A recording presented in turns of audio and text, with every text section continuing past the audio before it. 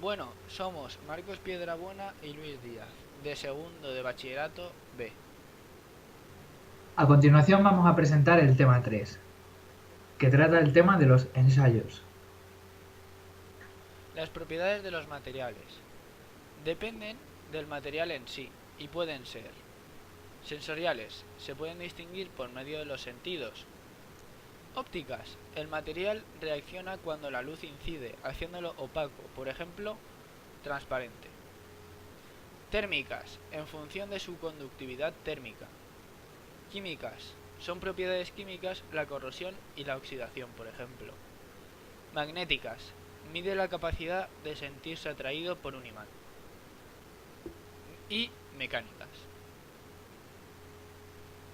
A continuación vamos a explicar en profundidad las propiedades mecánicas, y son propiedades mecánicas. La elasticidad, la plasticidad, ductilidad, maleabilidad, dureza, fragilidad y tenacidad. Elasticidad, mide la capacidad para recuperar su forma del objeto en cuestión una vez ha sido deformado. Plasticidad, es la capacidad para conservar una forma una vez ha sido deformado dicho objeto. La ductilidad es la capacidad para moldearse en forma de hilos. Maleabilidad es el nombre que recibe en la capacidad para moldearse en forma de plancha sin romperse. Dureza es la característica que mide la oposición de un cuerpo a ser penetrado. La fragilidad se define como la capacidad para romperse en añicos al ser impactado por una fuerza. Y la tenacidad se define como la resistencia a la rotura cuando se expone un material a un esfuerzo prolongado. Por otra parte tenemos la maquinabilidad, la acritud, la colabilidad y la resiliencia.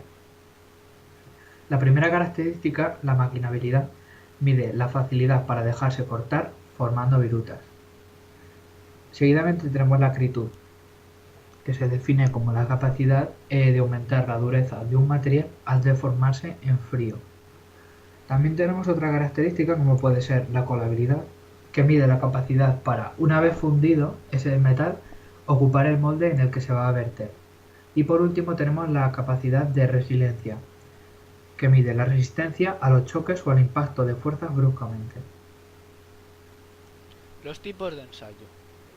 Según la rigurosidad pueden ser científicos, se hacen en laboratorios y los resultados son precisos y reproducibles de las propiedades ensayadas. Tecnológicos, se hacen en fábricas para probar sobre todo la calidad del material. Según la naturaleza del ensayo pueden ser químicos, metalográficos, físicos, mecánicos, todos ellos en función de la propiedad que se evalúe. Según la utilidad de la pieza una vez procesada, destructivos y no destructivos.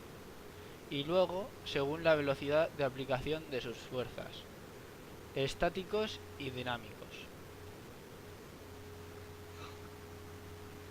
A continuación vamos a proceder a explicar el ensayo de tracción.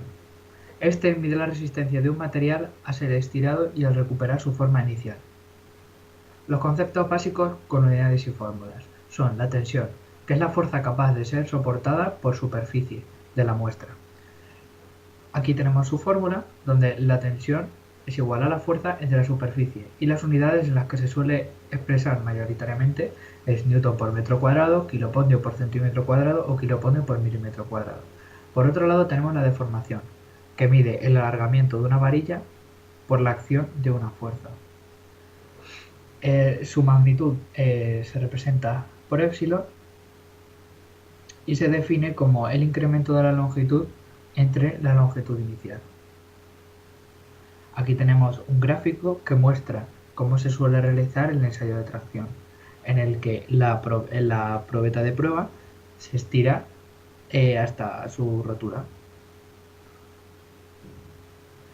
El diagrama es el siguiente, donde podemos diferenciar los distintos puntos más significativos.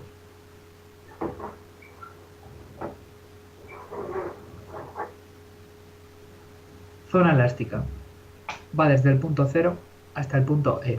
En ella, si los esfuerzos cesan, la muestra recupera su tamaño original y se puede aplicar la fórmula E igual a la tensión entre la deformación. Sus unidades son newton por metro cuadrado, kilopondio por centímetro cuadrado o kilopondio por milímetro cuadrado. La siguiente zona importante a considerar es la zona plástica, que va desde el punto E hasta el punto S. En ella, si cesan los esfuerzos, la forma original de la probeta no se conserva. Los ensayos de dureza al rayado se rigen por dos escalas, la de Mohs y la de Martens. La escala de Mohs fue hecha por Friedrich Mohs en el 1820 y es el método más antiguo y se usa en mineralogía. Se compara la dureza del mineral que se quiere estudiar con la de unos minerales patrón cuya dureza está numerada del 1 al 10 en orden creciente. Tenemos por ejemplo del 1 al 4 el talco, siendo el talco el 1, yeso el 2, calcita el 3, 4 fluorita. Del 5 al 7, 5 apatito, 6 feldespato, 7 cuarzo, 8 topacio, 9 corindón y 10 diamante. Serían algunos ejemplos de dureza.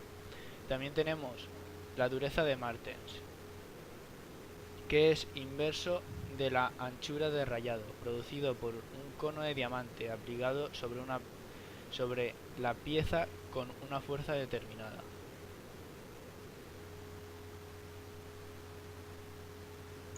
Dureza por resistencia a la penetración. En este tipo de ensayos se representa la dureza como un cociente de fuerza aplicada entre la superficie en la que se aplica, excepto el ensayo Rockwell, que se mide la profundidad de la huella producida por el penetrador. El primer tipo de dureza es la Brinell. En ella se emplea una bola de un material duro y se ejerce fuerza para lograr que penetre la pieza de ensayo. Su expresión normalizada es dureza igual a una primera cifra que representa la dureza en kilopondios partido en milímetro cuadrado, posteriormente el tipo de ensayo, HB, lo que corresponde con dureza Brinell en inglés. Más tarde encontramos el diámetro o D mayúscula del penetrador. La siguiente cifra representa la fuerza aplicada en kilopondios y por último, la última cifra representa el tiempo durante el que se aplica la fuerza en segundos. Posteriormente tenemos el ensayo Vickers. Es igual a la dureza Brinell, solo que esta vez el penetrador es una pirámide, cuyas caras forman 136 grados. Su expresión normalizada consta de una primera cifra, donde se expone la dureza en kilopondios por milímetro cuadrado. Posteriormente encontramos HV, correspondiente a las siglas en inglés de dureza Vickers. Y por último tenemos una última cifra, donde se expresa la carga en kilopondios. Por último tenemos el ensayo Rockwell. En él se prueba la muestra con un penetrador para medir la profundidad de la huella que se forma y se expresa la dureza en función de dicha profundidad.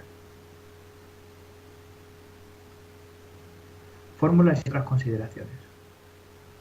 A continuación presentamos un cuadro como recopilación de todas las durezas, tanto Brinell, Vickers y Rockwell, y en cada una podemos ver un dibujo ilustrativo con cada uno de los procedimientos. En cada uno tenemos el tipo de material para el que se emplea cada ensayo, el penetrador que se emplea en cada tipo de ensayo, como hemos explicado antes, luego la medida, que es lo que se evalúa en cada caso. Tanto en la Brinell como Vickers se evalúa la superficie de la huella formada por el penetrador en función de la carga aplicada, mientras que en el ensayo Rockwell se evalúa la profundidad de la huella. El valor de la dureza que es el resultado del ensayo lo podemos determinar con esas fórmulas que hay para cada caso. Y por último tenemos las ventajas e inconvenientes de cada caso, ya que en el primer caso la dureza Brinell es válido para la mayoría de aceros y si las deformaciones son pequeñas el margen de error es grande. El ensayo Vickers es más exacto que el Brinell, pero es más caro de realizar. Mientras tanto que el Rockwell es el ensayo más rápido y sencillo, pero también es menos preciso, ya que no mide la superficie de la huella, solamente su profundidad. El ensayo de resiliencia. Para realizarlo se emplea una máquina conocida como péndulo de Charpy. Consiste en romper la probeta mediante el impacto del péndulo sobre la muestra, por lo que se relaciona la pérdida de energía potencial que experimenta el péndulo con el área de la probeta. Tenemos un pequeño dibujo de cómo sería, bueno, un pequeño dibujo barra esquema de cómo sería el péndulo de Charpy, donde tenemos un soporte, la probeta, el martillo y la pieza donde se realizaría. Su fórmula es igual a P, que sería el resultado de la dureza de Charpy, es igual al incremento de la energía potencial partido de la superficie. El incremento de la energía potencial sería m por g, o sea, la masa por la gravedad, y entre paréntesis la altura inicial menos la altura final. La energía potencial se mide en julios. Sigma es la sección de la probeta y S es la sección de la probeta y se mide en metros cuadrados. M es la masa del martillo del péndulo y se mide en kilogramos. La altura del martillo se mide en metros y la gravedad es la de la Tierra, que es 9,8 metros segundo al cuadrado. A continuación tenemos el ensayo de fatiga. Este determina el límite práctico de fatiga, en el que la muestra se rompe tras estar sometida a un esfuerzo de tensión que produce rotura después de un número determinado de ciclos o repeticiones. Ejemplo de gráfica.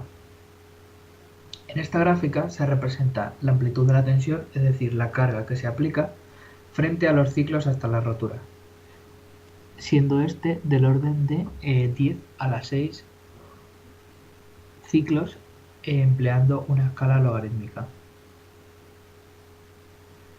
En este se muestra la tensión de rotura frente al número de oscilaciones necesarias para que la muestra se rompa y un ejemplo de ensayo por flexión rotativa. Este ensayo es el más común por el siguiente hecho. En este se hace girar la muestra a la vez que se somete una carga, de tal manera que cada giro de 180 grados equivale a una oscilación de arriba a abajo. Y bueno, este sería la presentación del tema 3 de ensayos.